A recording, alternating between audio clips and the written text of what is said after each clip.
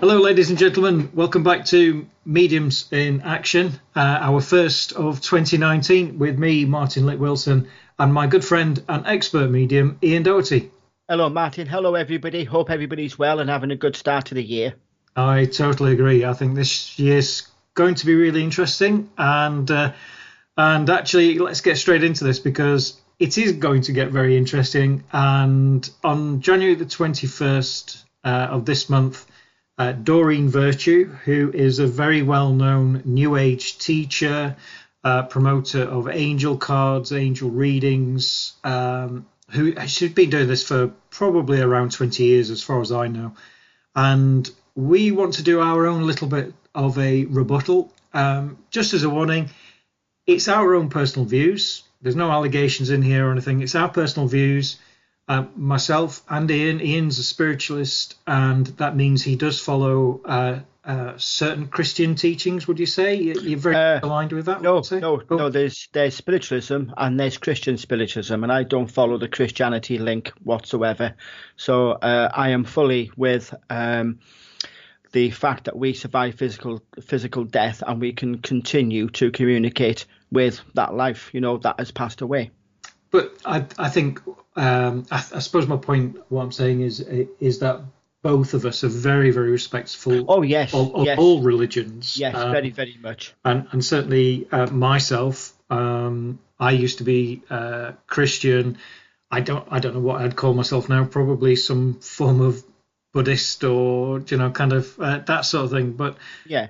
So we're very respectful that Doreen, I think maybe a couple of years ago, suddenly, after years of teaching hundreds, or if not thousands of people how to communicate with angels, how to divinate, how to use angel cards to divine. I think she even brought out things like angel boards, so almost like a Ouija board type thing. She's been a really big player. She signed to Hay House, which is a major New Age publishing house. And as I say, about 18 months ago, she did this massive turnaround and said that she was walking away from all of it, and the truth is in Christianity. And now all of her teachings, especially on the US website, is heavily focused towards Christianity.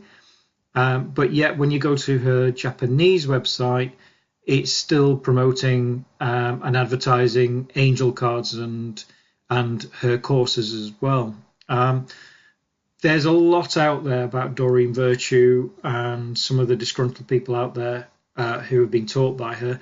But that's not for us to discuss. What we would like to discuss today is the A to Z of New Age practices to avoid and why. So this is really... So I'm just going to quickly read this little first paragraph, okay? The New Age offers promises of secret and hidden wisdom, healing, higher esteem, higher self-esteem, love, financial success, and inner peace. All things that Doreen's been promoting for the last 20 years. The New Age teaches us that we are all little gods who can manifest whomever we want. The reality is that you never arrive at the point of true and lasting happiness. So you keep seeking and searching. Now, that's an interesting paragraph, Ian, because it is. Certainly from my point of view, from a Buddhist Eastern tradition, my knowledge of that is that happiness actually comes from the path that we take through life. So we do have ups and downs, and there is no true point of lasting happiness. The happiness is what you find in yourself, and I think a lot of New Age practices actually teach the same thing. So I think she's slightly wrong in that. Yeah, I do. Like I say, you can see the Buddhism teachings in that statement you mentioned, because by trying to improve ourselves, if we're happy, we try to pass that happiness, we try to be of help to others. How could that be deemed as wrong?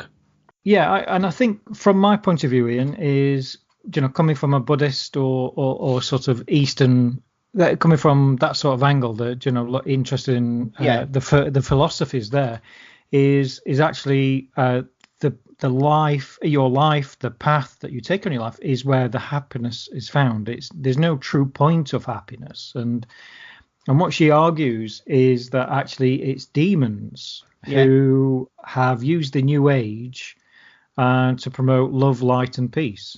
And she asks herself that we all need to ask ourselves, am I really at peace, or am I continually seeking peace? And I think, again, from my point of view, aren't we all always seeking peace?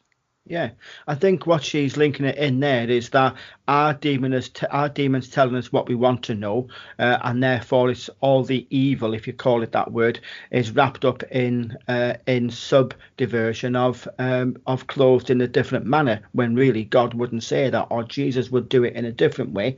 And if we have trust, then we're not going to be waylaid by demons. But I think demons, in this sense, are man-made. It's sort of mythical. I do feel, from my point of view. So what I feel here is that if it's not in accordance with what the Bible says, then it must be demons, because they're trying to lure you away from the Bible. I know it's really bizarre. The whole article, to be honest, it's strange in that if this had just come from somebody whose point of view was this, then I think normally you would kind of just laugh at it, because over the years, and I've been interested in ufology, and I've investigated major cases.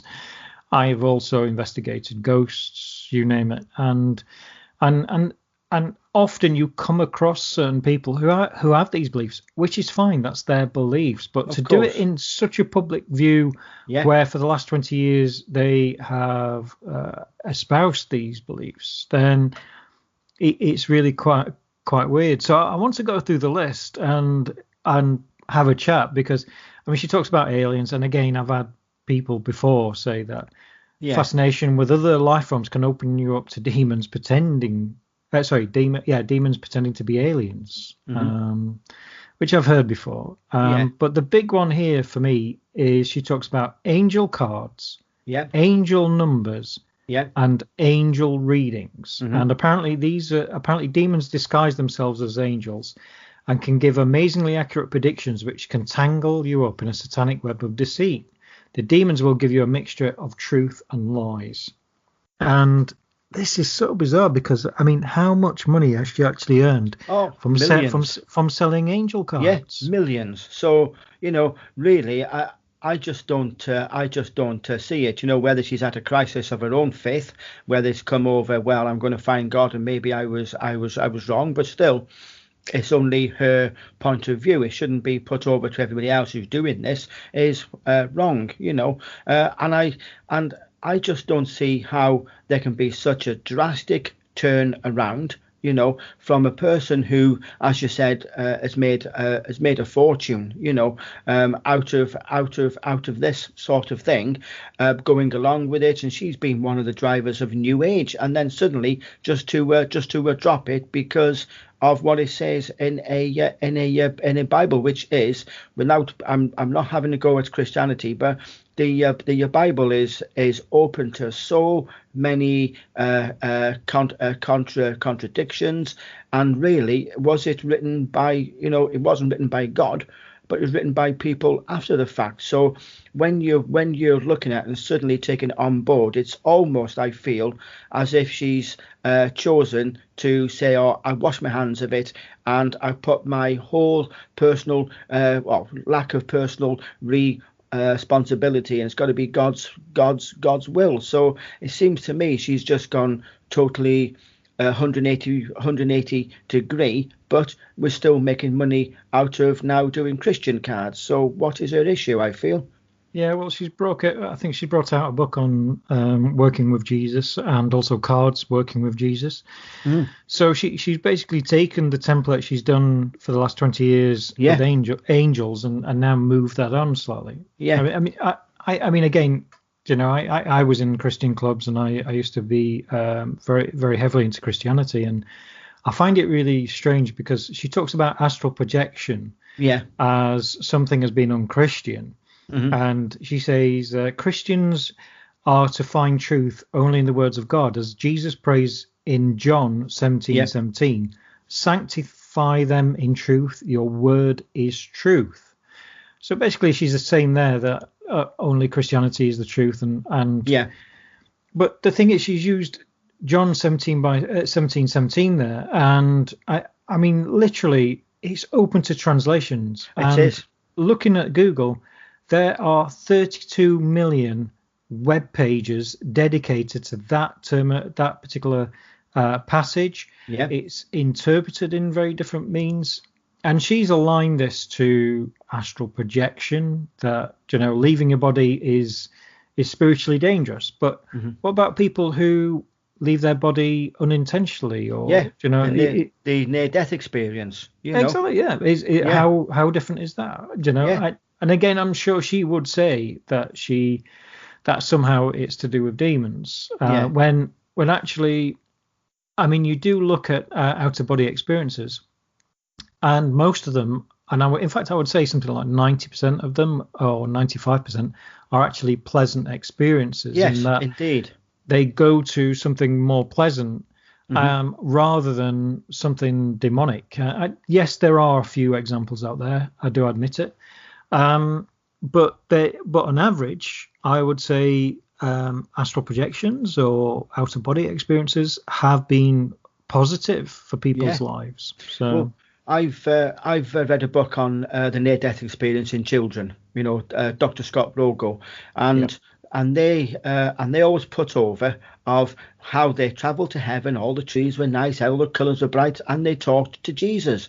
So that's a pleasurable thing. But is it a case of the child being at an age where she was brought up in a Christian family? Because it's not always the case. So when this soul, the spirit of this little girl, went over to heaven and saw Jesus, where's the dynamic element in that? Purely there was love. Exactly. Yeah. And again, I think it's just how she's literally gone through a lot of subjects that she's talked about over the years. She talks about chakras, which is something that I'm heavily kind of delving into at the moment. And again, she says we might feel that it's a connection to the divine. Well, the chakras aren't really. No. They're actually a series of images, or we apply our imagination to particular points in the body to allow our energy to rise or to actually come down from the universe. And she says the Bible says that we should reject spiritual messengers who claim to be from God. At no point do the chakras claim to be from God. No, definitely not. So again, it's nonsense. It's bizarre. And now let's go really into mediumship, because she talks about two things here: channeled books and channeling. Yeah. And apparently these are all transmitted lies. Yeah, well, I've done a channel book through the trance state called Teachings from William, and there is documented case. If they look in the annals of spiritualism, then there is evidence. There's one called Across Correspondences, where three different mediums they were located in different parts of the UK, and they channeled part of a book. One of them had the beginning, one had the middle, one at the end, and none of them knew anything about the other. They were told, send it to when it's all typed up or written out, send it to. Yeah, they all did that, and then the book was fully complete, without the other knowing what it was to do about, and I do feel in this way, when you look at channel books or channeling, then it's a continued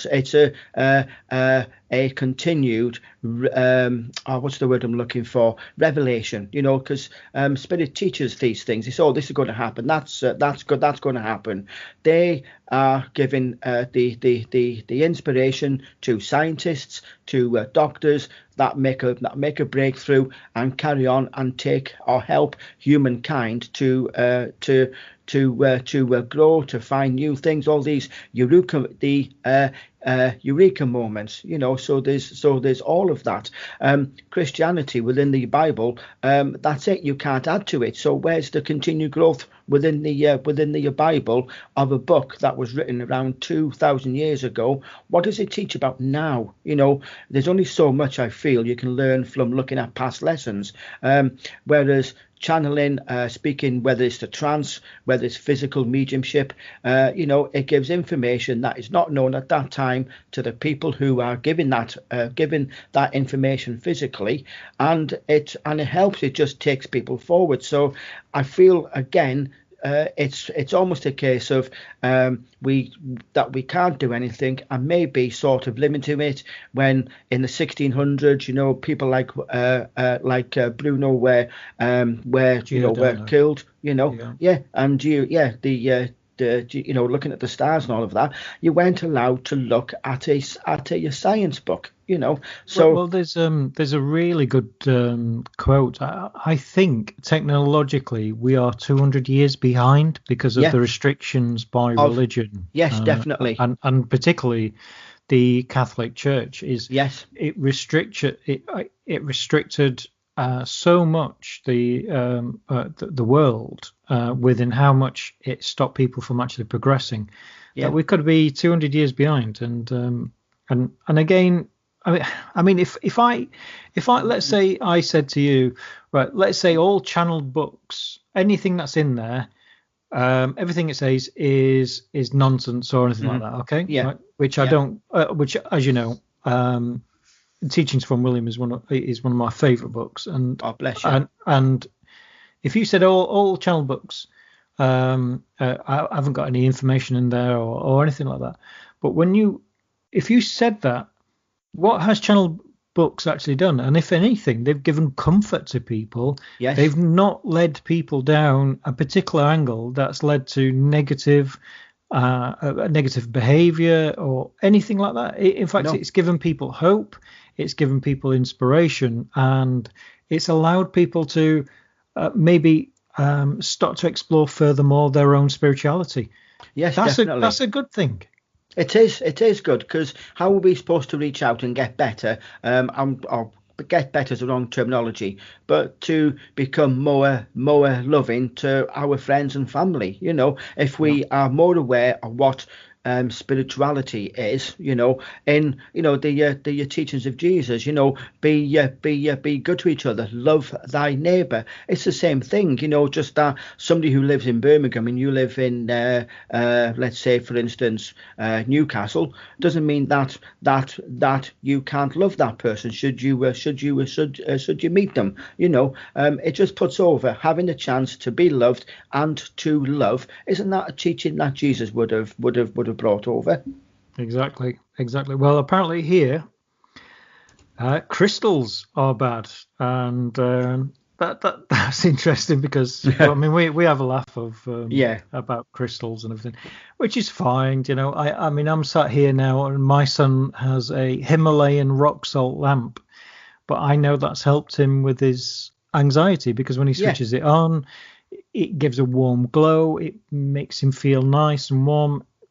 And she's saying that people are worshipping crystals, and it's interesting because she has actually in the past suggested having crystals for various angels. And I've said to you before how I've felt the communication with angels, how it's done in the New Age, is built actually not on academia but on mistakes and and that's represented actually in chakras as well. But so I don't have any issue with anybody using crystals if it gives them that idea. But according to her, it says we are instructed to use crystals to amplify healing energy, which she has promoted.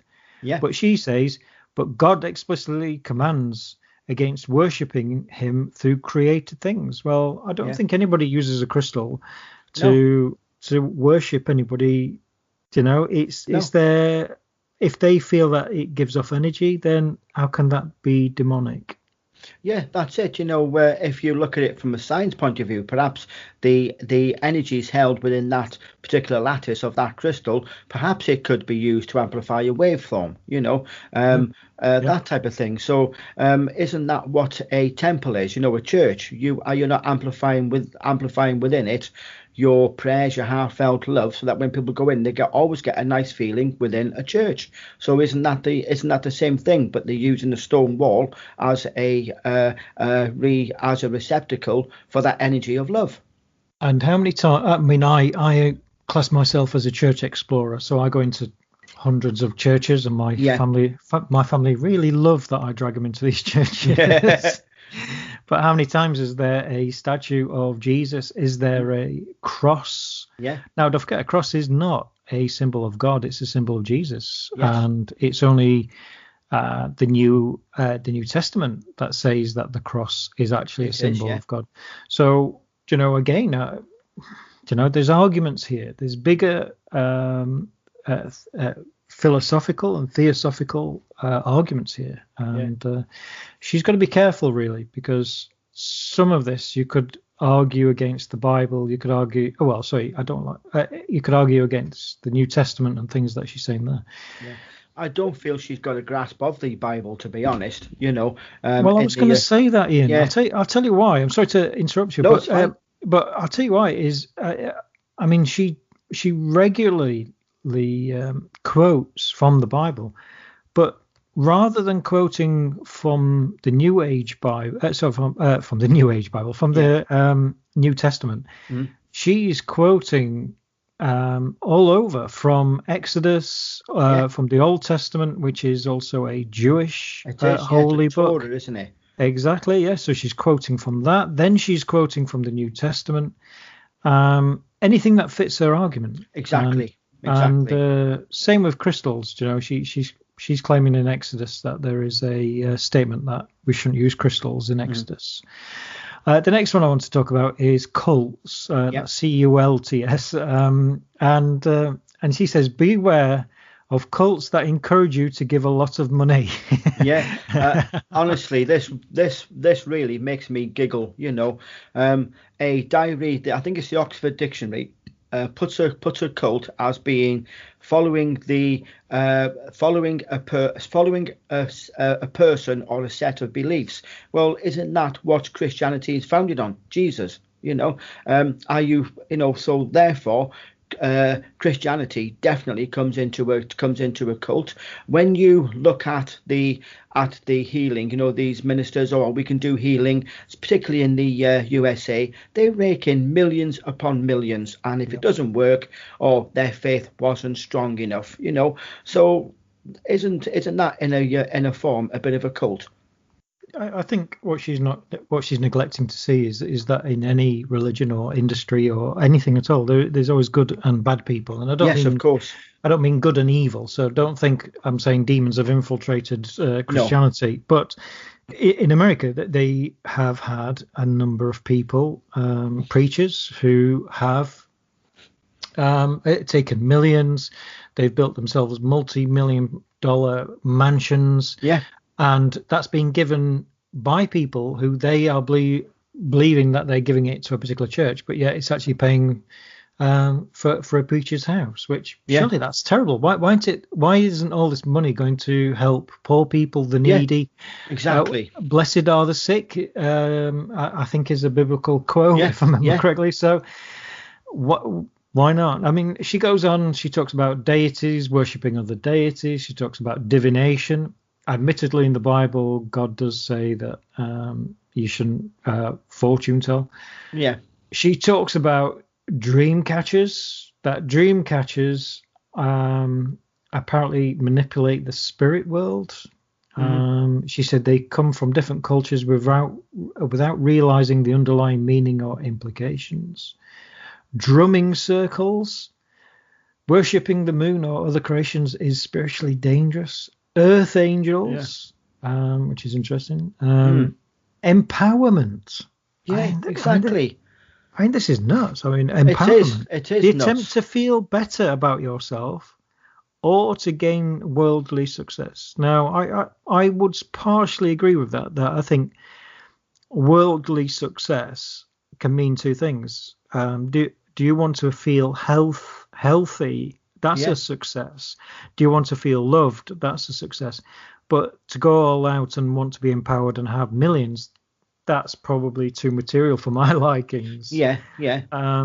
But she talks about these expensive empowerment workshops. I think she's hinting at things like Tony Robbins, who are, that kind of market. Yes. But, if it helps people get to where they need, as I said before, on a Buddhist path, you'd say the path is the part of happiness.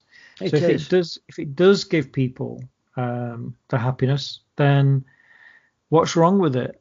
Exactly. And when you're looking at it, there are many people who are very genuine and loving of heart that don't charge the earth to do such a workshop. So you haven't got to go to the so-called in the news people. You can go to people who have the earnest desire to help. It doesn't cost the earth, literally. She talks about Reiki here, or energy healing, where a universal energy through the use of symbols through their hands. Apparently, doing energy healing is opening your front door, and inviting random strangers into your house. Well, didn't Jesus do hands-on healing to raise Lazarus? Yeah, exactly. Yeah. He used God's energy. When I heal, I see myself connecting with the universal consciousness, the energy that's out there, and I see me interacting with that as a conduit of that. No different from what Jesus did, no different from a lot of messiahs or prophets or people have claimed to have done over the years. It's no different. It's not a different at all. So I don't know how she can say that. And how many times, again, in fact, Ian, like what you said, how many times have you seen American services where they're healing people? Yeah. And, it's just, like I said, their get out clause, is very much, they didn't have faith and that's why it didn't work. But they still take the money, Feng Shui, that's bad. Yeah. That painting your door red is apparently bad. Hanging crystals, placing pentagon mirrors. Actually, pentagon mirrors you put at the windows to stop negative energies. Actually, that's to stop demons coming into your house. But she's saying you might unknowingly utilizing black hat feng shui methods is a form of sorcery and therefore forbidden by God. Now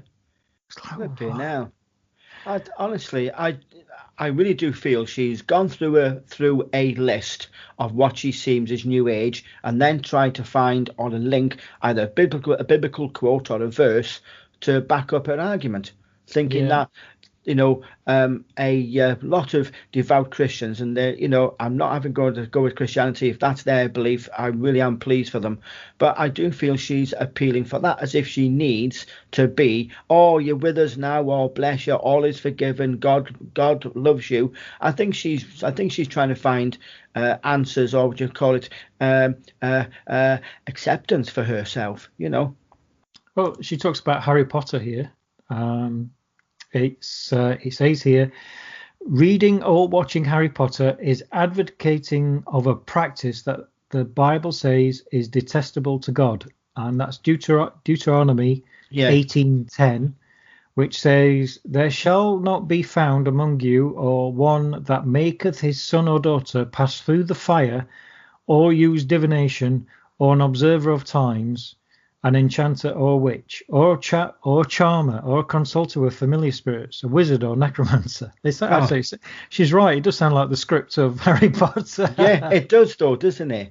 But honestly, when was Deuteronomy written? It's now.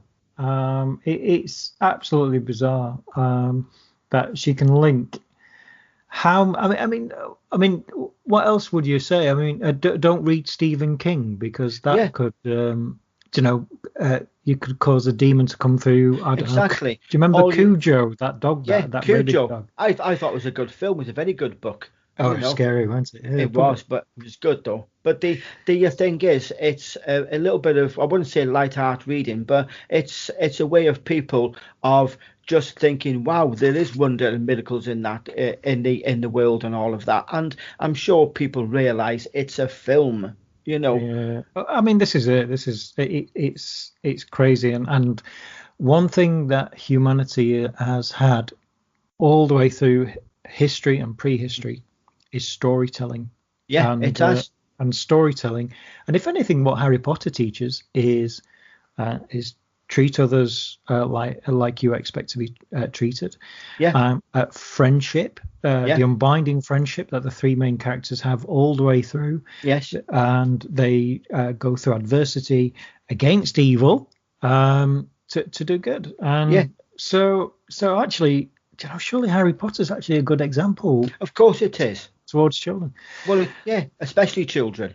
Now, this is funny, this next one. Meditating without God. Now, New Age meditation involves an attempt to empty your mind. An empty mind is a dangerous place that demons attempt to infiltrate. Now, that's funny, because one of my mentors is somebody called Father Richard Rohr, who is a Christian pastor in America. And he teaches meditation. He teaches mindfulness meditation, but also he teaches contemplation. And he will say that you clear your mind and kind of start using contemplation to address the things that are happening in your life. He uses meditation without God all the time. He uses meditation with God all the time. So is he traversing this line between good and evil? Absolute nonsense. This man has I mean, he's a living saint, really, and he's taught people who've had mental issues or drug or addiction issues how to meditate, how to contemplate structurally, how to think, and how to calm one's down. Just because he's Christian, he doesn't lead it as a Christian meditation. It's absolutely bizarre, because she also talks about mindfulness, and she's again, there's three references here that basically we cannot control our emotions or thoughts and that sort of thing.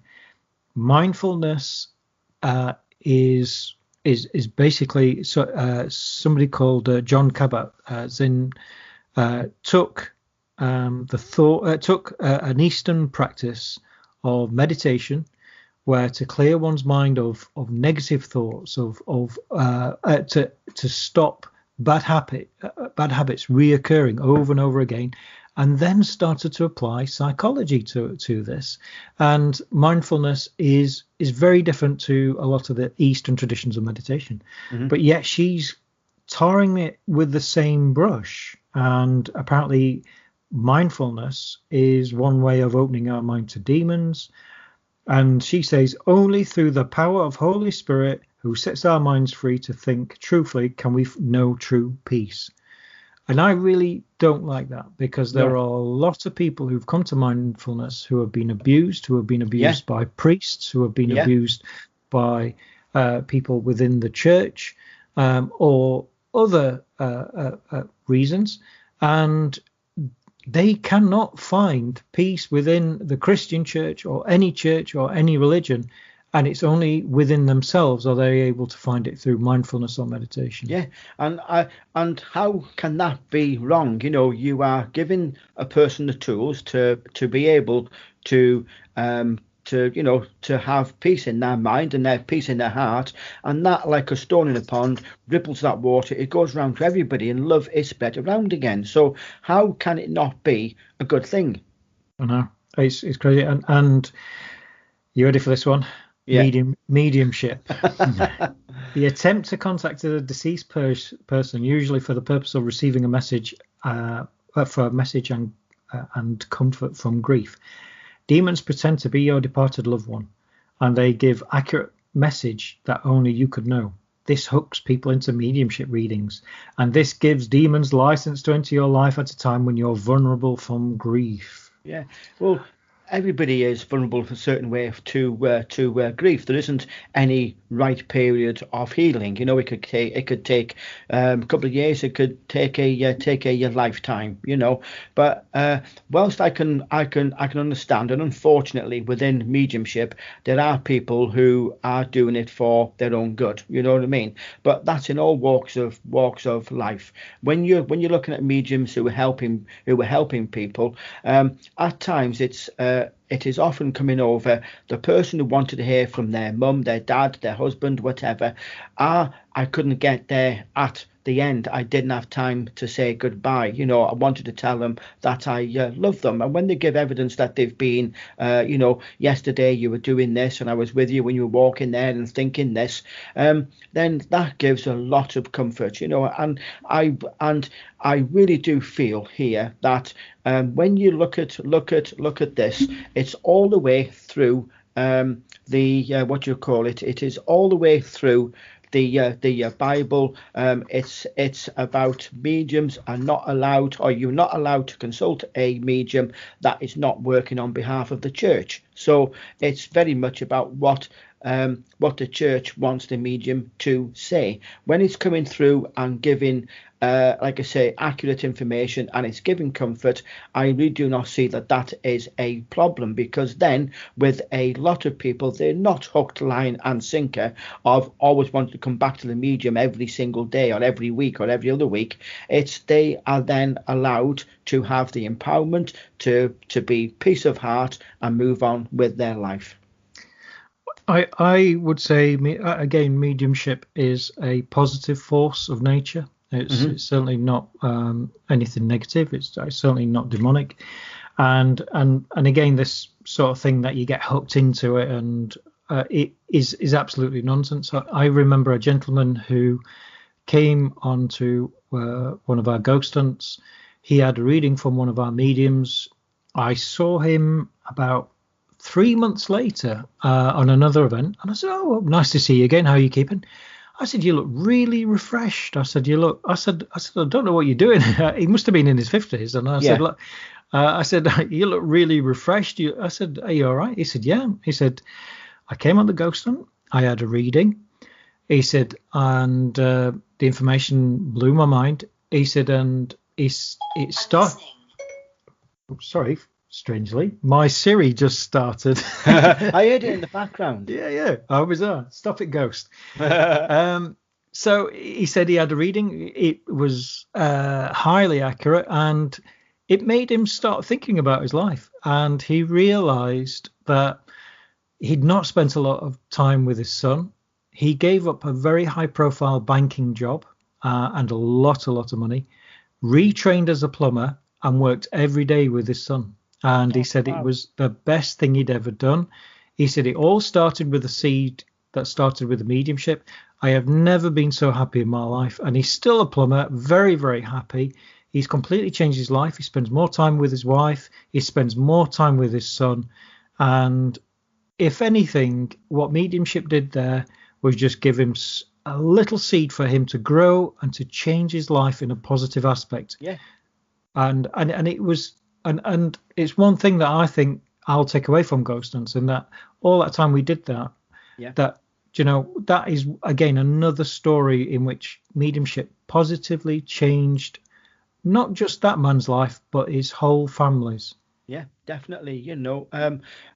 I was on one whereby I was talking to this woman, more so talking to this gentleman who the woman was his mother, and I was saying, I described her husband, the lad's dad. She goes, "Oh, we're not together." I said, "Yeah, but he really wants to have." I'm being asked to say, "Can you please contact him? Can you be there to say hello and that?" And he was umming and ahhing, and he was saying that he went. They had a good talk for a little short while, and unfortunately afterwards, and something I am never told, the gentleman took his passing, but they made their peace before that happened.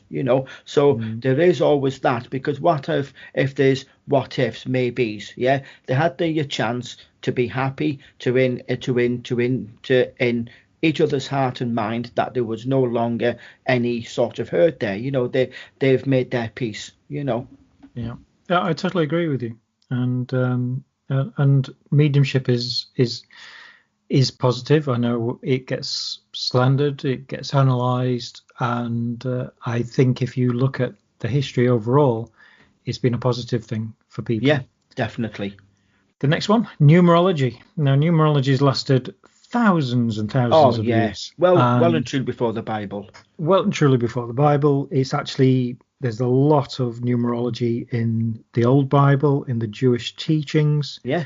And this is the biggest hypocritical line I've ever seen. Although the Bible uses numbers such as 7 and 40 to represent specific things, this does not mean that every number has a hidden meaning. Yeah. It's like, what? Again, you look at the very ancient teachings of the Kabbalah, which is a Jewish tradition older than the Bible that relates to God, Yahweh, his original name. It's all built on numerology, all of it. And for her to say, numerology, no, 7 and 40, they have hidden meanings, but everything else has no hidden meanings. Yeah.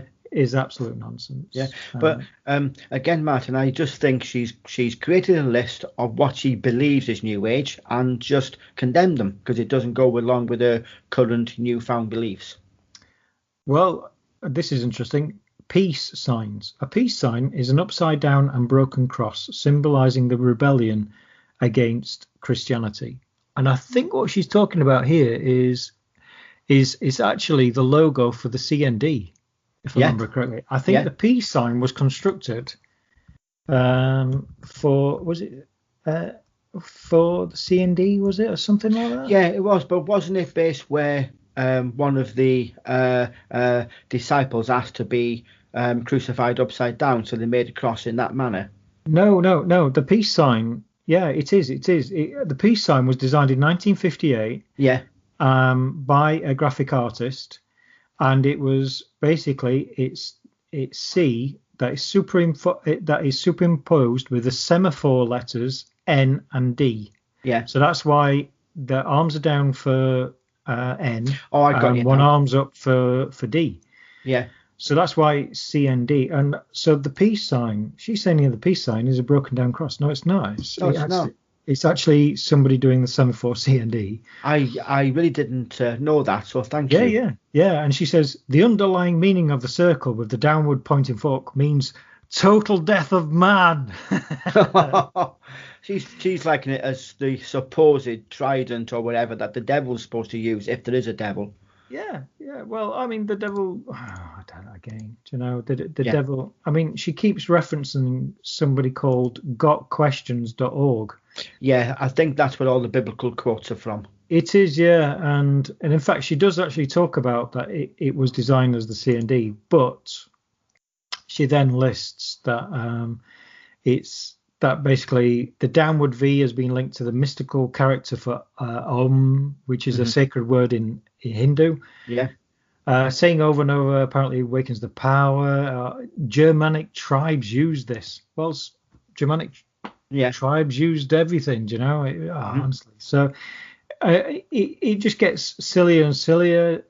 Power animals, prosperity, Reiki again, sagebush, dried and gathered into bundles and lit on a fire for purpose of smudging. Instead of turning to plants, we should go to Jesus of Nazareth as the only authority for casting away demons and unclean spirits. But Nazareth never existed. No, that's the thing.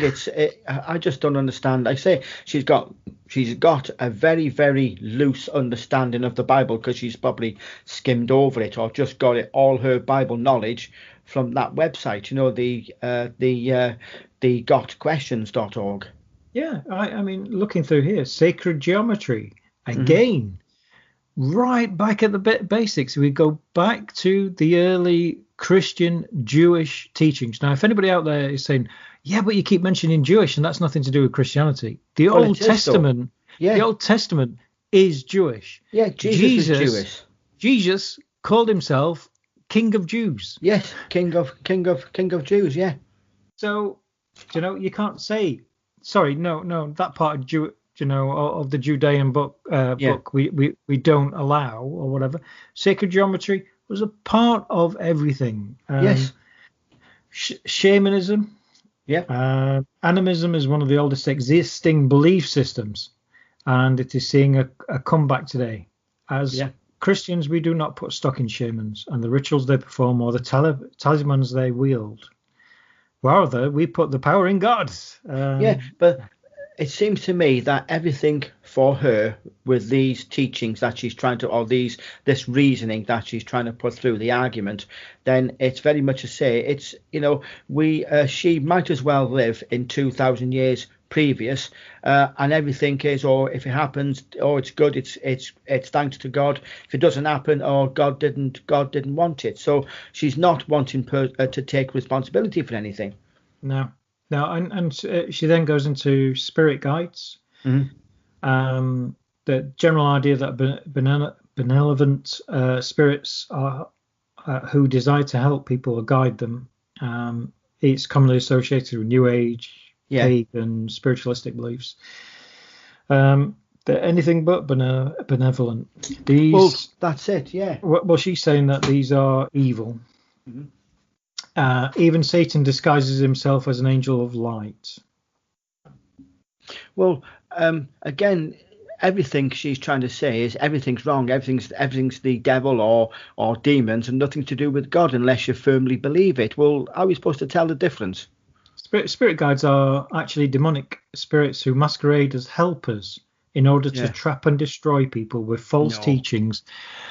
How crazy is that? Yeah, it is crazy. Silver Birch, one of the most wide-read books in spiritualism, and because he wasn't a Native American in physicality, but he was a Christian gentleman, and he talks over a lot of his teachings are Christian based. So he's saying what is not necessarily quoting the Bible, but he's saying a lot of things that you can understand with being in the Bible. Yeah, I mean, it does just keep on it carries on the list, and we've got tapping, which is the emotional freedom technique. Again, I mean, I'm not a big fan of it, but I can see that it's helped people, so therefore I don't knock it. Sweat lodges, again, I know people who've had amazing experiences with sweat lodges. She says that the visions that people have are demonic and manipulated, and also sweat lodges are dangerous, and some people have died during this practice. Well, people have died from a lot of practices. What about saunas? Exactly. And Ian, this is where I think I'm going to really ruin your day and upset you, but unicorns. Neon coloured unicorn images can be substituted by the devil to mesmerize us. Yeah, but what the? It is. I'm glad you said that, because I almost slipped up. What a load of toss. I'm sorry being rude there, ladies and gentlemen, but it is. What a load of toss. Well, so are we all right? So let's think of other things. So that I remember in the 1980s there was Care Bears. Care Bears. Care Bears actually demonic agents. Do you know? It's I know. Really bizarre. Yeah, it's really bizarre. Universe. So the New Age of the universe is the same as God. Yeah. Well, yeah. I don't know. Honestly. Vision board, Wicca, she has a real good crack at. Yeah. Witchcraft, obviously. Now yoga. Now I'm a big convert to yoga. I think I've mentioned it before. Yes. It originates in deity worship, and the yoga poses are directed to a specific pagan god or goddess. And honestly, this is just a joke, because we look at the original yoga teachings, and yoga means practice. And yoga was actually the practice of stretching and preparing the body for meditation. And yes, originally there would have been like the downward dog, as people call it, or the inverted V, and that was for, again, a particular deity or whatever. But to say that people who are not conversed in the original text or deities or saying are actually praying to these deities is absolute nonsense. And also, as well, is these deities are still worshipped today by millions and millions of what's known as Hinduism. Yeah. By people who class themselves as Hindu or related to those religions. They still worship those deities anyway, and they would say that they are those deities are positive, are not negative at all and good. So yoga's not doing anything bad for anybody. No, of course it isn't. I mean, listening to you talk about it, noticing the change in your voice, it's obviously doing you the world of good, and the benefit people get, their posture, their calmness, because the mind is focused. Well, the mind, like I say, it gives a peace, doesn't it? Because I've never really done yoga, so I would be talking out of my depth there. But people who do yoga, honestly, they can be 80, 86 and they can bend their legs like you wouldn't believe. Where's the problem in being supple, in being lithe and being healthy? I tell you now, yoga is an incredible practice. You don't have to be strong, you don't have to, but it builds strength and I mean, I don't actually use yoga for my meditation or mindfulness. I don't actually use it for that. But when I do yoga, I can really feel that it is a series of asanas or positions that help build the subtlety, the subtle body, and it helps build subtlety into your throughout your body and strength and it obviously. I mean, some of these yoginis in India, do you know that you see them gone at so many years old and they're very fit and healthy and And that's another reason why I'm actually doing yoga is because I'm now in my mid 40s and I'm thinking, I want to remain subtle. I want to be able to run and as I get older and I want to have that sort of feeling that I'm still a 20-year-old or something, But at no time, and I'm coming from a magical background, a ceremonial background, do I think that I'm worshipping somebody else's deity. It's just a bizarre list, isn't it, Ian? It is, and like I say, I still maintain she's put a list together, going through the internet, looking what these are. Looking what they all are, and trying to talk, just to argue, in an antagonistic way and not in a very good way, to be perfectly honest. It leaves a lot open of topics, where you're thinking, well, actually, let's say Acts 16:16 to verse 18 doesn't say what she's wanting it to say about zodiac signs or the various ones that she's mentioned. She seems to be very nice or using Deuteronomy 18:10 a hell of a lot. It must say a hell, a bloody load. But when it was in the time of Moses, the patriarchs of the Jewish faith, it was put on there and came over to the first meeting of Nicaea about 337. Very much about not using mediums when previously they had used mediums, to give messages, to give continued revelation, and then suddenly they just took them out because it was deemed that Christianity didn't want them. They wanted, and I'm not having a go at the beautiful faith. I just feel here it's a way of controlling the masses. Yep. I certainly feel that, and this is my own personal point of view, but I certainly feel that this change is possibly business orientated. I think so. And that's just my point of view. I don't have any evidence of that. I admit that. But to me, it just seems very strange that this has happened. Yeah. And the way she's gone about it hasn't been respectful to other people's beliefs. No, and it hasn't. That's a very unchristian point of view. It is.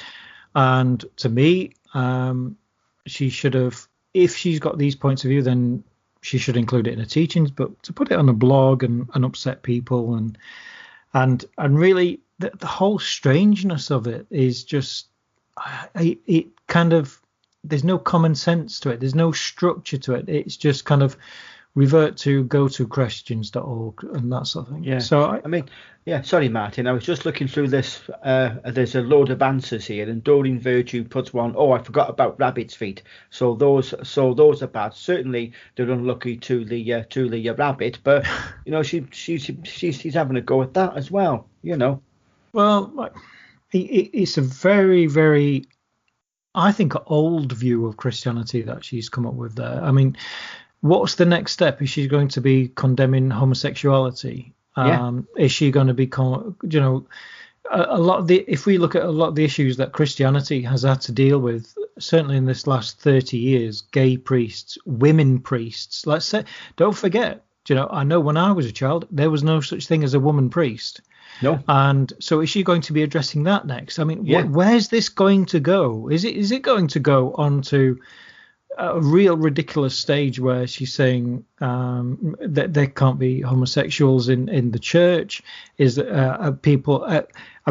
There are Christians out there again who condemn homosexuality, that they should go to hell. In the in the elections in America, there was again politicians saying this. But I think I just wanted to address it, because what I wanted to say to people is, the people who listen to our podcast, and we've had some fantastic feedback from all of you out there. Yeah. And yes, it's great. We've had over, I think it's near enough 11,000 downloads now. And what I'd like to say is just ignore this. If you've heard about it, just feel how it feels in your heart. If you feel that none of this is working for you, if mediumship isn't working for you, if psychic ability isn't working for you, or anything at all, then just don't do it. Walk away. And indeed. And that's it. And I think that's what Doreen should have done. She should have walked away, started anew, continued with what she wants to do, but certainly not slander or burn the bridges as she's done before. Well, it is. I mean, when there's the reference there, you shouldn't use cards. The cards can't predict the future. So why is she creating ones with biblical figures on or whatever for people to get messages from? But that's okay, because Jesus told her. Exactly. So if anybody wants to contact us, and feel free to do it through the Facebook page or through our website, which is Essentia 2, the number 2.co.uk. If you want more information about Doreen Virtue and how some of her past students have addressed a lot of this, you can go to a website called The Virtues. That's TheVirtues.org.uk, and the website is called Bring Doreen Virtue to Justice for Scam Donors, Abused Students, and Abandoned Rescue Animals. And believe me, there's a lot of meat in there, which I'm not prepared to talk about because of various reasons, specifically legal reasons. But it's worth going on, because that it's written by a number of students who have been taught by Doreen over the years and on what's happened since. So feel free to visit that. So that's thevirtues.org.uk. And Ian, I'd like to wish you a happy new year. Thank you, Martin, and likewise. And we've got lots of positive things happening this year. The course is nearly completed. I'd say about 80% completed for people. So hopefully in the next podcast, we should be talking more about that. We have 2 guests who we're just waiting for confirmation of recording time. So we've got 2 guests coming up as well from very different backgrounds. So it's exciting times for us this year. It is, and my the work that myself and Martin do, we're always talking or having messages given from the spirit side, and unknown to me and Martin, we're not on the phone. Oh, I got this message, I got that message. But when we do get to chat, because we are very, very busy people, it's the synchronicity in messages and what's happening. Whether it's paranormal stuff around his house or mine, it always happens at the same time, doesn't it, Martin? And the messages are very, very much about a very, very positive 2019, not just for me and Martin, but for a hell of a lot of people, So I do feel it's a waking up, to call it, humanity-wise. So I just think it's got to be positive. Absolutely, and if you have experienced more paranormal activity this year, please let us know, because certainly from my perspective and Ian's, we've had all sorts of activity. We live probably 120 miles away from each other, do we? Yeah. And what I would say is it's just been crazy. And what tends to happen, it's almost like a tag team, because I'll have activity. Obviously, I won't be telling Ian this. I'll have activity or something will happen. And then Ian will contact me and say, "Oh, have you had any activity?" And I'll say, "Yeah, I've just had 2 days of it." And he said, "Well, I'm having, 2 days, I've just had 2. Yeah. But I think, if anything, what it's kind of saying is spirit's here. And this is, I feel, is a message for everybody, that spirit's around you at all times when things look a bit bleak or a bit down. Talk to them. Talk out aloud, and I know that relatives really appreciate that as well. So if you're missing somebody, just talk to them. They're there, they're listening, and I'm sure they'll have things to say back to you as well, positive messages and meanings, and always realize that spirit's around you, always. Yeah, and always in love. Absolutely. Well, this is another Mediums in Action finished, and thank you very much for joining us again. Please visit our Facebook page if you want to talk to us more, and thank you very much, Ian. And thank you too, Martin. And we'll catch everybody soon. Okay, thank you. Bye, folks from 4Ks.